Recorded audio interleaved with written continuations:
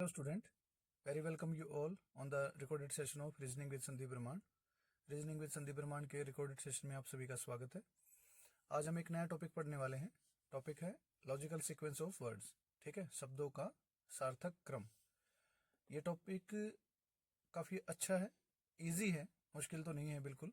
ठीक है, और एचसेट के पॉइंट ऑफ व्यू से मैं बात करूँ तो ये आज तक मैंने लास्ट ईयर जो 3 ईयर के क्वेश्चन पेपर देखे हैं उनमें एक बार पूछा गया है। ठीक है, तो जल्दी फिनिश हो जाएगा, बहुत लंबा नहीं चलेगा। जैसे लास्ट टॉपिक हमने 3 क्लास में ख़त्म किया है तो ये एक ही क्लास में हो जाएगा। ठीक है, बाकी प्रैक्टिस का रहेगा सारा। तो बेसिकली ये जो टॉपिक है पूरा का पूरा आपकी जीएस की नॉलेज प्लस कॉमन सेंस पे बेस्ड होता है। ठीक है, इसमें 2 टाइप के क्वेश्चन पूछे जाते हैं। ठीक है, पहला होता है question based on English dictionary. ठीक है, और दूसरा होता है वर्ड्स का sequence based on some logic, है ना। अब लॉजिक क्या है? कॉमन सेंस हो सकता है, कोई फैक्ट्स हो सकते हैं। ठीक है, अब अगर मैं क्वेश्चन की बात करूं कि क्वेश्चन कौन सा कैसे रहेंगे, किस तरीके के रहेंगे, तो वन बाय वन हम इसको कर लेते हैं।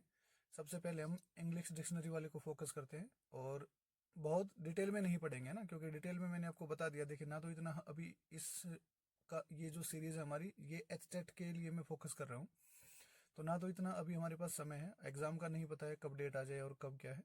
अगर टाइम मिला तो प्रैक्टिस करते रहेंगे, ऐसा नहीं है कि थोड़ा थोड़ा करके छोड़ते रहेंगे, पर एटलीस्ट अपने को नॉलेज रहे, एटलीस्ट अपने को पता रहे कि टाइप क्वेश्चन का लेवल कैसा रहेगा और क्वेश्चन किस तरीके से पूछे जाएंगे, अब हमारी अप्रोच क्या रहेगी क्वेश्चन को सोल्व करने में। तो ये मेरा अभी फिलहाल मोटिव है। तो टाइप्स ऑफ क्वेश्चन की मैं बात कर रहा था, तो मैंने कहा फर्स्ट क्वेश्चन रहेगा इंग्लिश डिक्शनरी बेस्ड, और सेकंड जो है sequence of words based on some logic, है ना। कोई लॉजिक रहेगा। लॉजिक मैंने अभी बताया है, कुछ भी हो सकता है, कॉमन सेंस हो सकता है या फिर कोई फैक्ट्स हो सकते हैं। ठीक है, तो बेसिकली टाइप 2 जो है वो आपको अच्छे से क्लियर होना चाहिए, है ना। जीएस पे थोड़ा सा इसका फोकस रहता है, जीएस पे फोकस रहता है। जीएस में आपसे साइंस से पे बेस्ड कोई क्वेश्चन हो सकता है, geography, history, polity, current affair. तो थोड़ा सा आपकी अगर जीएस स्ट्रांग है तो आपको करने में इसमें इसको दिक्कत नहीं आएगी। उस क्वेश्चन को भी हल करेंगे जो क्वेश्चन आपके एचटेट में पूछा गया है। मैंने उसमें मेंशन किया हुआ है कि ये आपका एचटेट में पूछा गया क्वेश्चन है। ठीक है, तो चलिए विदाउट वेस्टिंग एनी टाइम हम टॉपिक शुरू करते हैं, और ये है अपना फर्स्ट क्वेश्चन। ठीक है, देखिए टाइप फर्स्ट है, क्वेश्चन फर्स्ट है।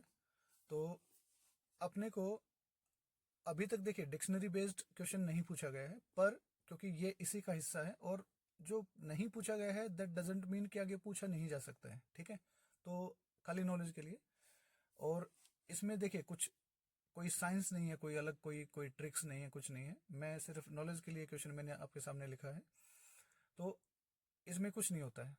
अगर आपको इंग्लिश डिक्शनरी देखनी आती है तो वही 5 to 10 सेकंड का है।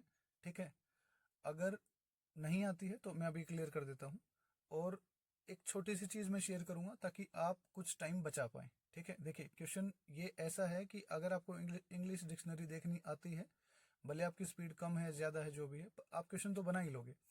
पर कोशिश करते हैं कि कुछ कम टाइम लेके कुछ थोड़ी बहुत इसमें मैं हेल्प कर पाऊँ, कुछ आपको बता पाऊँ कि आप ऐसा कुछ कर सकते हैं। ठीक है, ये फर्स्ट क्वेश्चन है। 5 वर्ड आपको दे रखे हैं और इनको इंग्लिश डिक्शनरी के हिसाब से आपको सेट करना है। ठीक है, और 4 ऑप्शन आपको दे रखे हैं। इन 4 ऑप्शंस के में से आपको सही ऑप्शन को टिक करना है। मतलब क्या भाई, अगर आप इन 5 वर्ड्स को इंग्लिश डिक्शनरी में ढूंढोगे तो आपको इनके मिलने का जो क्रम रहेगा, वो ऑर्डर रहेगा, सीक्वेंस रहेगा, वो कैसा रहेगा, इनमें से कौन सा वर्ड इंग्लिश डिक्शनरी में पहले मिलेगा, कौन सा उसके बाद, कौन सा उसके बाद, और ऐसे करके ये रहता है। ठीक है, देखिए आप सारे जानते हैं, अगर इंग्लिश इंग्लिश डिक्शनरी आपको देखना आता है, और यदि नहीं देखना आता है तो उसकी भी बात कर लेते हैं। इंग्लिश डिक्शनरी में जो वर्ड्स रहते हैं वो ऐसे रहते हैं, A to Z। ठीक है, आप अगर इंग्लिश डिक्शनरी को देखोगे खोल के, तो सबसे पहले ए से शुरू होने वाले वर्ड होते हैं, और सबसे अंत में जेड से शुरू होने वाले वर्ड होते हैं। ठीक है, ए, फिर उसके बाद बी वाले, फिर सी वाले, फिर डी वाले, ई वाले, ऐसे करके जेड तक। ठीक है, तो सिंपल है।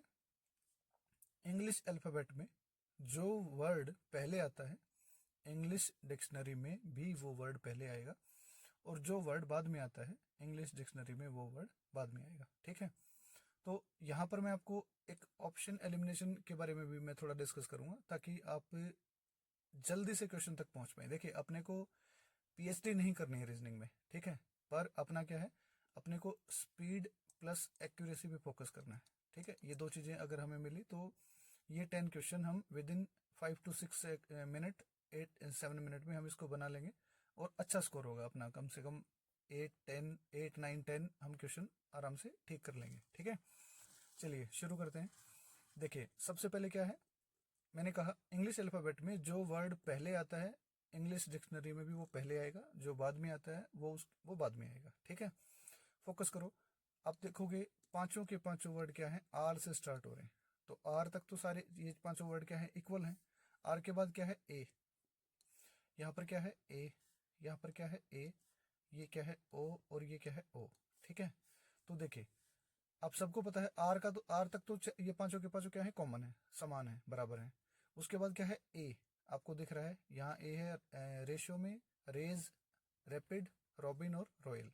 तो यहाँ पर क्या है, आप सबको पता है ए पहले आता है और ओ क्या है, बाद में आता है। ठीक है, तो ये दो वर्ड फॉर श्योर क्या है, लास्ट में आएंगे, और ये तीन वर्ड क्या है, फॉर श्योर शुरू में आएंगे। ठीक है, तो आगे बढ़ते हैं। ए के बाद क्या है, यहाँ टी है, यहाँ क्या है, आई है, यहाँ क्या है, पी है। अब टी, आई और पी में से पहले कौन सा आएगा, तो आपको पता है टी क्या है, 20 होता है, आई क्या है, 9 होता है, पी क्या है, 16 होता है। ठीक है, तो आई 9 होता है। ठीक है, और मुझे ये पता चला कि ये वर्ड जो मुझे इंग्लिश डिक्शनरी में पहले नंबर पे मिलेगा, सबसे पहले मिलेगा अगर मैं इनको ढूंढूंगा तो, रेज। अब ध्यान से देखोगे तो आपको, आपके पास क्या है, 4 ऑप्शन है। ये ऑप्शन क्या है, 3 से स्टार्ट हो रहा है, तो ये मेरा ऑप्शन नहीं हो सकता, इनमें से कोई एक बचेगा। ठीक है, इनमें से कोई एक ठीक हो सकता है। आगे बढ़ो, रेशियो और रैपिड में से टी पहले आएगा, पी पहले आएगा, पी पहले आएगा क्योंकि पी 16 होता है, टी क्या है, 20 होता है। तो ये मेरा दूसरा वर्ड, और ये क्या है, मेरा तीसरा वर्ड। मतलब 2 के बाद क्या आना चाहिए, 3, 2 के बाद क्या आना चाहिए, 3। ये मेरा सही आंसर है। 2 के बाद यहाँ क्या है, 1, गलत। 2 के बाद यहाँ क्या है, 5, ये क्या है, गलत। तो मेरा सही आंसर क्या हो जाएगा, 3। नेक्स्ट क्वेश्चन,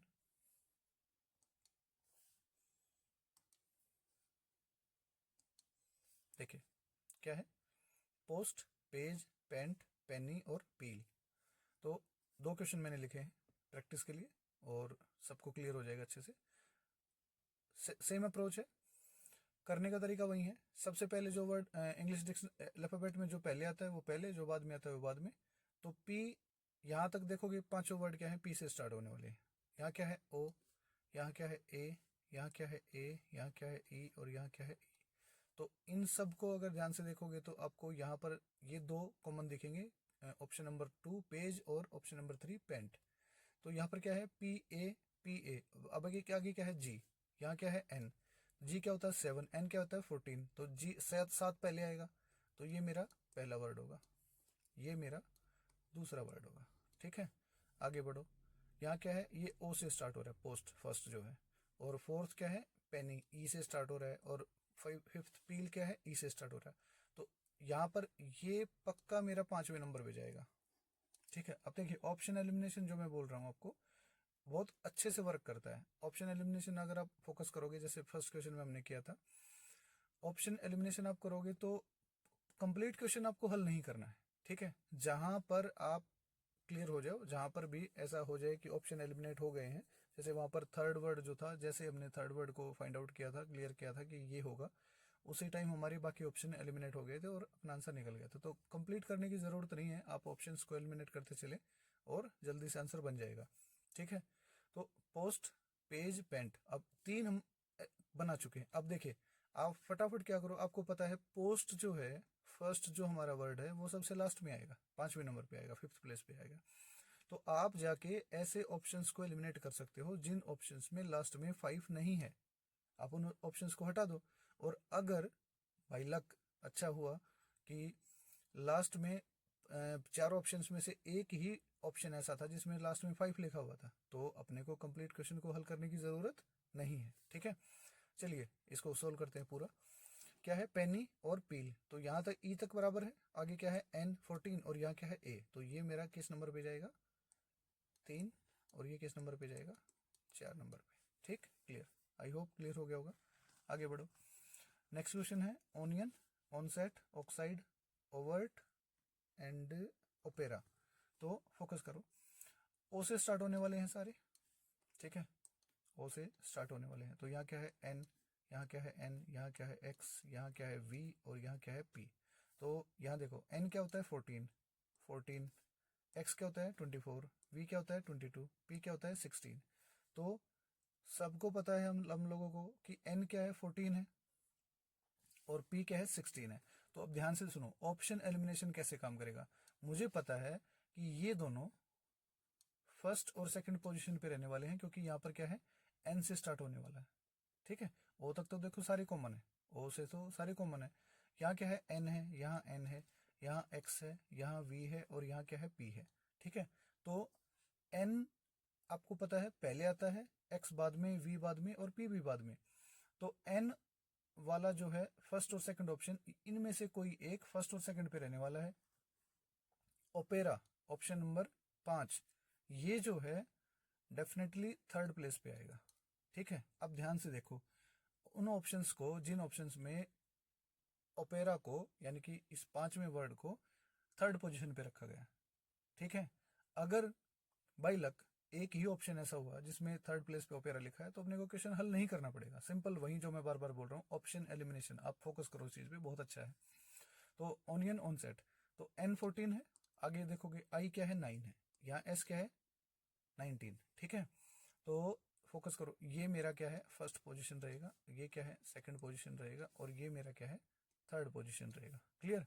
तो यहाँ फोकस करो, ऑक्साइड और ओवर्ट, ये क्या है V 22 होता है, एक्स क्या है 24 होता है, तो ये मेरा क्या रहेगा फोर्थ प्लेस पे आएगा और ये क्या है मेरा फिफ्थ प्लेस पे आएगा, ठीक है। चलिए, मुझे लगता है कि ये 3 क्वेश्चन बहुत हैं आपके लिए, क्योंकि इसमें कोई टाइप्स नहीं होती हैं, यही आपको सेम 5 या 4 या 6 वर्ड देगा और उनको आपको इंग्लिश अल्फाबेट डिक्शनरी के अकॉर्डिंग आपको सेट करना है, ठीक है। तो इसका टाइप 2 देखते हैं। देखिए टाइप 2 में मैंने आपको जैसे कि बताया है कि जो बेसिकली ये फोकस करेगा आपके कॉमन सेंस पे, कॉमन सेंस प्लस आपकी जीएस की नॉलेज पे, ठीक है। ये 2 चीज़ें अगर आपकी क्लियर हैं तो इस टॉपिक को, इस क्वेश्चंस को करने में आपको 1% भी दिक्कत नहीं आएगी। और अगर यहाँ पर आप थोड़ा कहीं पर लैग करते हैं तो लैग तो जहाँ तक मैं समझता हूँ जीएस में ही कहीं पे फंसोगे। जैसे साइंस का कोई क्वेश्चन है, अब कोई आर्ट साइड का स्टूडेंट है तो उसको थोड़ी दिक्कत आएगी, ठीक है। तो यहाँ पर मैंने कहा 2 ही चीज़ें आपको फोकस करनी है, कॉमन सेंस और जीएस की नॉलेज आपकी रहेगी, वहीं आपको इस क्वेश्चन को बनाने में हेल्प करेगी, ठीक है। पहला क्वेश्चन कॉमन सेंस पे बेस्ड है, ठीक है। देखिए उसने बोला खाना, धोना रिंस, खरीदना बाय, काटना कट और पकाना। सबसे पहले आप सबको पता है आप खरीदोगे, ठीक है। आप सबसे पहले क्या है खरीदोगे, फिर उसको घर पे लाओगे, उसको धोओगे, ठीक है। धोने के बाद उसको क्या है कट करोगे, काटोगे, ठीक 3। उसके बाद क्या है उसको कुक करोगे, पकाओगे, ठीक है। और फिर उसको क्या है खाओगे, ठीक है। तो ये क्या है बेसिकली कॉमन सेंस पे बेस्ड है। ये क्वेश्चन देखिए मैंने लास्ट में लिखा है एच टेट 2022, ये आपके एच टेट में पूछा गया क्वेश्चन है, ठीक है। तो फोकस करो, फ्रेज वाक्यांश, लेटर, अक्षर, वर्ड शब्द और सेंटेंस वाक्य। देखिए आप सबको पता है शब्दों से, सॉरी, अक्षरों से शब्द बनते हैं, ठीक है। लेटर्स से क्या है वर्ड बनेंगे, वर्ड से वाक्यांश बनेंगे और वाक्यांशों से वाक्य बनेंगे, ठीक है।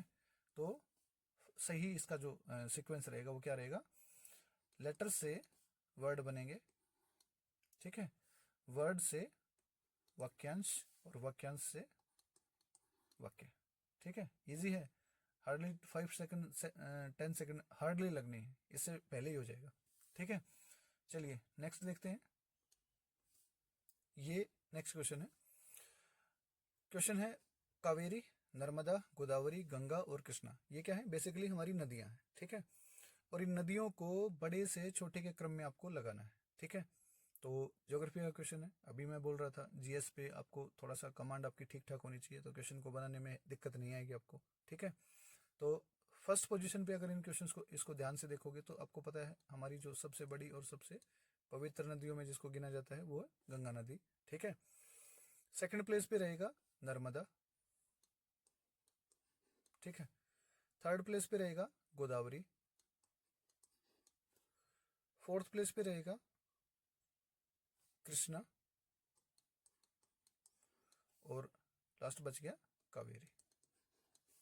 ठीक है, तो इनका बड़े से छोटे के हिसाब से ये सही क्रम होगा। क्लियर, केबीसी जैसा लग रहा है ना। चलिए फोकस करो आगे। 5 आपको स्टेट दे रखी है, महाराष्ट्र, राजस्थान, कर्नाटका, गुजरात और केरला। तो आपको भौगोलिक क्रम के हिसाब से मेरे ख्याल से इनको लगाना है। एक बार मैं देख लेता हूं। देखिए, इस क्वेश्चन को हम दो तरीके से कर सकते हैं। ठीक है, तो ये बेसिकली डिपेंड करेगा कि अपने को ऑप्शन किस हिसाब से दे रखे। ठीक है, अगर एरिया के हिसाब से देखेंगे तो इसका आंसर बनेगा सबसे पहले सबसे बड़ा स्टेट राजस्थान, राजस्थान के बाद महाराष्ट्र, महाराष्ट्र के बाद तीसरे नंबर पे आएगा गुजरात, फिर आएगा कर्नाटका और फिर आएगा केरला। ठीक है, तो ये रहेगा एरिया के बेस पे। क्लियर, और अगर इसको हम भौगोलिक स्थिति के हिसाब से देखें, ठीक है, इनकी प्रेजेंस के हिसाब से देखें साउथ से नॉर्थ की तरफ, तो आप पहले मार्क करेंगे राजस्थान को। ठीक है, उसके बाद आएगा गुजरात, फिर आएगा महाराष्ट्र, फिर आएगा कर्नाटका और फिर आएगा केरला। अब कहोगे कि ये तो कंफ्यूजिंग है। कंफ्यूजिंग कुछ नहीं है, ऐसा नहीं करेगा कि दोनों चीज एक साथ दे देगा। क्लियर, ऐसा नहीं करेगा कि दोनों चीज एक साथ दे देगा कि उसको भौगोलिक स्थिति के हिसाब से ऑप्शन ऐसा बना देगा और फिर उसको आप एरिया के हिसाब से क्षेत्रफल के हिसाब से भी ऐसा बना देगा। ठीक है, इसमें एक पॉइंट और हो सकता है कि जनसंख्या के हिसाब से भी इनको सेट किया जा सकता है। क्लियर, तो ऐसा नहीं करेगा, क्योंकि ऐसा करने से तो फिर सारा क्वेश्चन गड़बड़ हो जाएगा। अब या तो उसको क्लियर करना पड़ेगा, क्वेश्चन में डालना पड़ेगा कि मैं भौगोलिक स्थिति के हिसाब से पूछ रहा हूँ या मैं क्षेत्रफल के हिसाब से पूछ रहा हूँ, या तो वो क्लियर करेगा। और अगर क्लियर नहीं किया है तो फिर कोई एक ही फैक्ट्स उसमें एक उसका सीक्वेंस, एक ऑप्शन ऐसा बनेगा जो कोई सीक्वेंस बना रहा होगा, वो क्षेत्रफल के हिसाब से हो सकता है या जनसंख्या के हिसाब से हो सकता है या उत्तर से दक्षिण या दक्षिण से उत्तर की तरफ, या इस तरीके से भौगोलिक स्थिति के हिसाब से उसका कोई ऑप्शन वो सेट करके दे सकता है। तो इसमें कंफ्यूज होने की जरूरत नहीं है। चलिए नेक्स्ट क्वेश्चन पे चलते हैं। नेक्स्ट क्वेश्चन, ऑप्शन है शुक्र, मंगल, शनि, बुध और पृथ्वी। ठीक है, तो आप सारे के सारे इन नामों को पढ़ के जान गए होंगे कि मैं ग्रहों की बात कर रहा हूँ, और ये ग्रह जो है सूर्य से दूरी के हिसाब से हो सकते हैं, या फिर एक ऑप्शन हो सकता है कि इनके साइज के हिसाब से हो सकते हैं। ठीक है, क्लियर, तो यहाँ पर जो ऑप्शंस हैं उसके अकॉर्डिंग ये सूर्य से दूरी के हिसाब से बात कर रहा है। तो इनको याद करने के लिए मैं आपको एक सेंटेंस रिपीट कर देता हूँ। आप अगर उस सेंटेंस को याद रख पाओगे तो आपको कभी भी ग्रहों से संबंधित कोई क्वेश्चन जिसमें सूर्य से दूरी के हिसाब से ये जो सेंटेंस है वो मैं उसकी बात कर रहा हूँ। और जो सेंटेंस है, जो ट्रिक ट्रिक भी कह सकते हो आप इसको। ठीक है, my very efficient mother just served us nuts. और आप देखिए, फोकस करिए मैं जो बोलना चाह रहा हूँ। मरकरी बुध, एम वीनस शुक्र, ई अर्थ, एम मार्स मंगल, जे जुपिटर बृहस्पति, एस सैटर्न शनि, यू यूरेनस अरुण, एन नेपच्यून वरुण। ठीक है, और लास्ट में यहाँ पर जो है जिसको हटा दिया गया है वो कौन था, यम प्लूटो, सबसे लास्ट में जो 9वां ग्रह था हमारा। ठीक है, तो इसको 2006 में हटा दिया गया था, क्योंकि इसको ग्रह जो होने के लिए जो योग्यताएं होती हैं, ऐसा बोलते हैं कि ये उन योग्यताओं को पूरा नहीं कर रहा था, तो इसको IAU इंटरनेशनल एस्ट्रोनॉमिकल यूनियन की एक बैठक हुई थी उस बैठक में इसको क्या है 2006 में ग्रहों की श्रेणी से हटा दिया गया था। ठीक है, तो उम्मीद है आप इसका क्रम समझ गए होंगे। सबसे पहले शुक्र आएगा इस लिस्ट के अकॉर्डिंग, फिर आएगा पृथ्वी, फिर आएगा मंगल, फिर आएगा सॉरी सबसे पहले आएगा बुध, बुध के बाद आएगा शुक्र, शुक्र के बाद आएगा पृथ्वी, पृथ्वी के बाद आएगा मंगल, मंगल के बाद आएगा शनि। ठीक है, तो आप इस तरीके से इसका क्रम लगा सकते हैं। अगर ये सेंटेंस आपको याद रहेगा तो कभी भी दिक्कत नहीं आएगी, ये एग्जाम में कई बार पूछ चुका है। ठीक है, तो ये क्वेश्चन है। नेक्स्ट, महाविद्यालय, कॉलेज, शिशु, इन्फेंट बच्चा, चाइल्ड विद्यालय, स्कूल और युवा यूथ। ठीक है, देखिए सबसे पहले होगा शिशु, सबसे पहले क्या होगा शिशु, फिर सेकंड प्लेस पर क्या होगा बच्चा, बच्चा जाएगा विद्यालय, विद्यालय जाते जाते वो हो जाएगा युवा, युवा होके जाएगा वो कॉलेज। ठीक, कॉमन सेंस बेस्ड है। तो आप लोगों ने देखा क्वेश्चंस को, ज्योग्राफी और कॉमन सेंस, हिस्ट्री से रिलेटेड कोई क्वेश्चन हो सकता है जिसमें आपको जैसे भारत के कुछ प्रधानमंत्री रहे हैं, जैसे आपको कह देगा कि अटल बिहारी वाजपेयी, लाल बहादुर शास्त्री, जवाहरलाल नेहरू, मनमोहन सिंह, इंदिरा गांधी। ठीक है, और इनसे इनका कालक्रम के हिसाब से आपसे पूछ लेगा। ठीक है, तो आपको यहाँ फोकस करना है कि अगर मैं इन 5 ऑप्शंस को दोबारा रिपीट कर दूं, जैसे मैंने अभी बोला है कि लाल बहादुर शास्त्री, अटल बिहारी वाजपेयी, मनमोहन सिंह, जवाहरलाल नेहरू और इंदिरा गांधी। ठीक है, तो सबसे पहले जवाहरलाल नेहरू थे, उसके बाद लाल बहादुर शास्त्री थे, उसके बाद इंदिरा गांधी, उसके बाद अटल बिहारी वाजपेयी और फिर मनमोहन सिंह, अभी कौन है नरेंद्र मोदी। ठीक है, तो इस तरीके से कोई क्वेश्चन हो सकता है। कोई और कॉमन सेंस बेस्ड हो सकता है, साइंस बेस्ड, या जैसे पृथ्वी का जो पर्यावरण है, जो वातावरण है उसके अंदर जैसे आपको पता है मंडल होते हैं, आयन मंडल है, क्षोभ मंडल, समताप मंडल, मध्य मंडल, बहिर्मंडल, troposphere, stratosphere, mesosphere, ionosphere, exosphere, ऐसे करके। तो इस तरीके से कोई क्वेश्चन आपसे बना के पूछ सकता है। कोई करंट अफेयर पे कोई क्वेश्चन हो सकता है, जैसे अभी ओलंपिक गेम्स हुए थे, ठीक है, पेरिस में, तो उस हिसाब से भी आपसे सवाल पूछ सकता है। जैसे ओलंपिक्स गेम्स का क्रम आपको दे देगा, बीजिंग ओलंपिक है, उसके बाद लंदन ओलंपिक हुए थे, फिर रियो ओलंपिक हुए थे, तो इस तरीके से आपसे क्वेश्चन पूछ सकता है।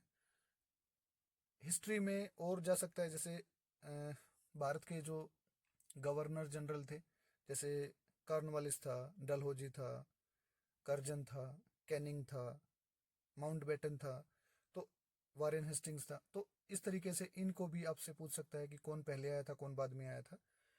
भारत के उपराष्ट्रपति रह चुके हैं, राष्ट्रपति रह चुके हैं, उनके क्रम के हिसाब से पूछ सकता है। भारत में बोलने वाली भाषाओं के हिसाब से कि कौन सी भाषा सबसे ज़्यादा बोली जाती है, फिर उसके बाद उसके दूसरे नंबर पे, फिर उसके बाद दूसरे तीसरे नंबर पे, तो इस तरीके से क्वेश्चन बन सकते हैं। तो मेरे जो कहने का अर्थ है बस वो यही है कि आपकी जीएस ठीक ठाक स्ट्रॉन्ग होनी चाहिए, आप इस क्वेश्चन को आप आराम से बना लोगे।